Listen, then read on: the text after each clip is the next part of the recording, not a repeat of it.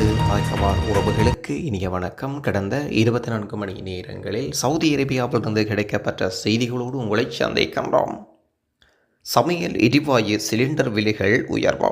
Saudi அரேபியாவில் சமையல் எரிவாயு விலை உயர்த்தப்பட்டிருப்பதுடன் சிலிண்டர் ஒன்றுக்கு 9.5% அதாவது 2 ரியால் உயர்த்தப்படுகிறது. முதல் விற்கப்பட்ட விலை 19.85 பில்ஸ்களாக இருந்த நிலையில் உயர்த்தப்பட்டு 21.85 கிட்டத்தட்ட 2 ரியால் உயர்வாகி இருக்கிறது. குறிப்பிட்ட விலை சமையல் எரிவாயு நிரப்பப்படும் விலையாகும். விற்பனை நிலையங்கள் போக்குவரத்து மற்றும் இதர விலைகளை சேர்த்து விற்பனை செய்து வருவதும் கவனத்தில் கொள்ள வேண்டிய விடயங்களில் ஒன்றோ.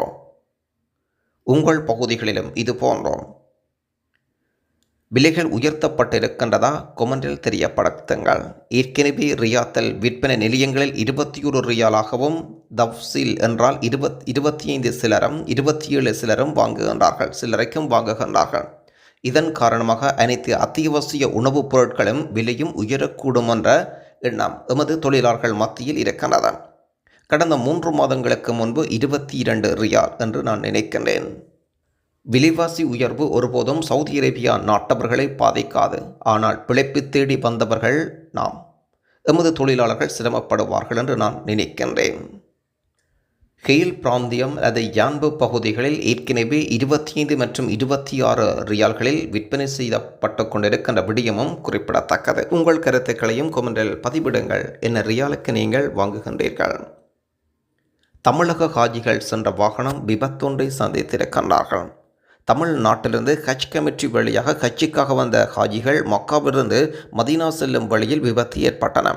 இந்த வாகனத்தில் மொத்தம் 11 பேர் 15 செய்ததாகவும் அதில் 9 பேர் தமிழ்நாட்டைச் சேர்ந்தவர்கள்.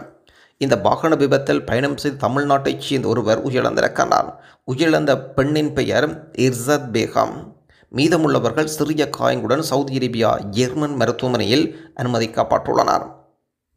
இவர்கள் பற்றிய கூடுதல் தகவல் தெரிந்தாலும் கொமெண்டில் தெரியப்படுத்துங்கள். உம்ரா வருகையாளர்களை 3 கோடியாக உயர்த்த திட்டம்.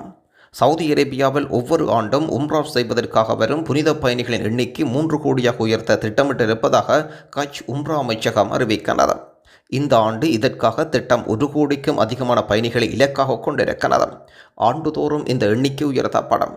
உம்ரா செய்வதற்காக உம்ரா விசாவில் வருகை தரும் பயணிகள் தவிர்த்து ஃபேமிலி விசிட் விசா, பிசினஸ் மற்றும் டூரிஸ்ட் விசாக்களில் சவுதி அரேபியாவுக்கு வருகை தரும் பயணிகளுக்கு சவுதி அரேபிய அரசு உம்ரா அனுமதியை வழங்கியுள்ளனர். உம்ரா விசாவில் வருகை தருபவர்களுக்கு சவுதி அரேபியா முழுவதும் செல்வதற்கும் அனைத்து விமான நிலையங்கள் வழியாக வருவதற்கும் சவுதி அரேபிய அரசு அனுமதியும் வழங்கியுள்ளனர். வாகன சாரதிகளாக பணியாற்றி கொண்டிருப்பவர்களுக்கான விசேட விழிப்புணர்வு செய்தி ஒன்றோ. சவுதி அரேபியாவில் அதிகரித்து வரும் கடுமையான வெப்பம் காரணமாக எளிதில் தீப்பிடிக்கும் பொருட்களை வாகனங்கள் வைத்து செல்ல வேண்டாம். பொது பாதுகாப்பு கருதி இந்த ஊடக அறிக்கையை வெளியிட்டிருக்கின்றனர். இவ்வாறு வைத்து செல்வதன் மூலம் வாகனங்களில் வெடித்து சேருவதற்கும் எளிதில் தீப்பிடித்து எரிவதற்கும் காரணமாக அமைந்துவிடும். ஆகவே சார்ஜர், மொபைல் போன்கள், போன் பேட்டரிகள், வாசனை திரவியங்கள், சானிட்டர்கள், பொட்டில்கள், எளிதில் தீப்பிடிக்கும் பொருட்கள் ஏதாவது வாகனத்தில் இருந்தால் அதை எடுத்து விடுங்கள். இது எடுத்துச் செல்வதும் அபாயகரமானதாக இருக்கும். ஆகவே வாகன ஓட்டிகளாக நீண்ட காலம் சவுதி அரேபியா மண்ணில் பணியாற்றி கொண்டிருப்பவர்களுக்கு இந்த செய்தி நன்றாகவே தெரியும். இன்றைய நாளுக்குரிய நாணய பெறுமதிகளை பார்த்தால் இலங்கை ரூபாவில் இன்றைய தினம் 81 ரூபாவும், இந்தியன் ரூபாவில் இன்றைய தினம் 22 ரூபாவும் சென்று கொண்டிருக்கிறது. நீங்கள் அனுப்பும் எக்ஸ்சேஞ்ச் நிறுவனங்கள், வங்கிகள், அப்ஸுகளை பொறுத்து இதில் தரப்படுகின்ற பெறுமதிகளில் சிறு சிறு மாற்றங்கள் உண்டோ. மாலை நேரங்களில் பணம் அனுப்புவதற்குரிய முயற்சிகளையும் மேற்கொள்ளுங்கள். அப்போதுதான் அதனுடைய பெறுமதிகள் உயர்வாக இருக்கும் என்பதையும் சொல்லிக்கொள்ள விரும்புகின்றோம். சவுதி அரேபியாவில் காலநிலை மாற்றம் காரணமாக சவுதி அரேபியா ஹஜ் வெப்ப அலை தீவிரமடைந்திருப்பதாக விஞ்ஞானிகள் கருத்து வெளியிட்டுள்ளனர்.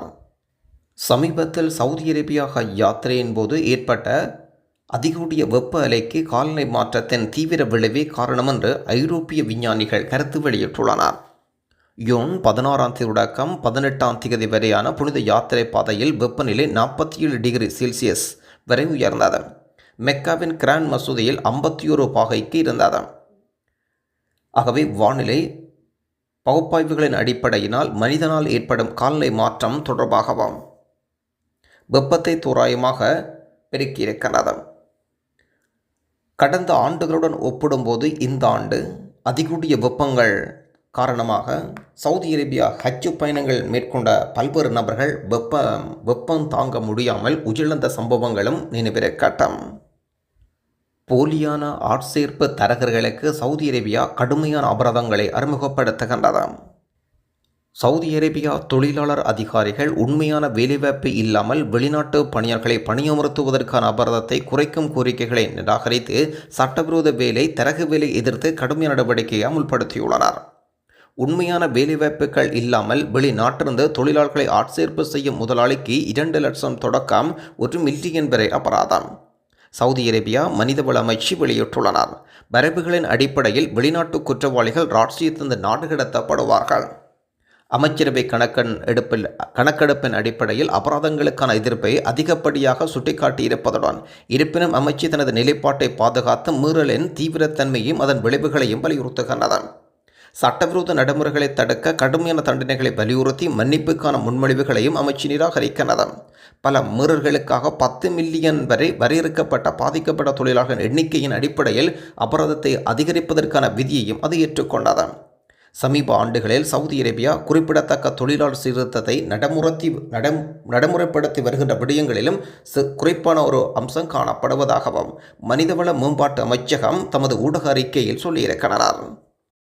ஒரு நண்பர் ஒருவருக்கு வேலை தேவைப்படுகின்றது. ஜித்தாவில் இருக்கின்றார், ஃப்ரீ விசாவில் இருக்கின்றார், சேஃப்டி ஆஃபீஸர் வேலை அனுபவம் இருப்பதாகவும் சொல்லியிருக்கின்றார். இப்போதுள்ள சூழ்நிலை சரியில்லை, ஏதாவது வேலை இருந்தால் சொல்லுங்கள், உதவி செய்யும்படியும் சொல்லியிருக்கின்றார். 6 மாதம் இகாமா வெளியே இருப்பதாகவும் சொல்லியிருக்கின்றார். அவருடைய வாட்ஸ்அப் இலக்கம் 9163 79 56 09 81. அவருடைய தொடர்பு இலக்கம் நேரடியானது 96 65 45 94 56 76. இன்னும் ஒரு நண்பருக்கு வேலை தேவை என்று சொல்லி இருக்கின்றார். இலங்கையைச் சேர்ந்த ஒரு நண்பர் ஒருவர் இருக்கின்றார். அவர் காஃபி ஷாப் ஒன்றில் வெயிட்டராக வேலை செய்தார். தற்போது காஃபி ஷாப் மூடப்பட்டுள்ளது. அதனால் அவருக்கு ஒரு வேலை தேவைப்படுகின்றது. ஏதாவது வேலை இருந்தால் வாட்ஸ்அப் இலக்கத்தில் தெரியப்படுத்துமாறு கேட்டு நிற்கின்றார். தொடர்பு இலக்கம் 96 65 98 44 69 06. ரூம் ஒன்று அவைலபிளாக இருக்கின்ற பெட் ஸ்பேஸ் ரெண்ட் 300 ரியால். லொக்கேஷன் ஹோபார், ரக்கா, நியர் பாஸ்போர்ட் ஆஃபீஸ்.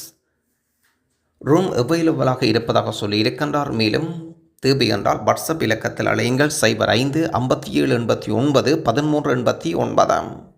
இதே நேரத்தில் தமாம் ஏரியாவில் ஏதாவது பெட் ஸ்பேஸ் இருந்தால் தெரியப்படுத்துமாறும் ஒருவர் சொல்லியிருக்கின்றார். அவருடைய தொடர்பு இலக்கம் 05 95 37 81 03. நன்றி, வணக்கம்.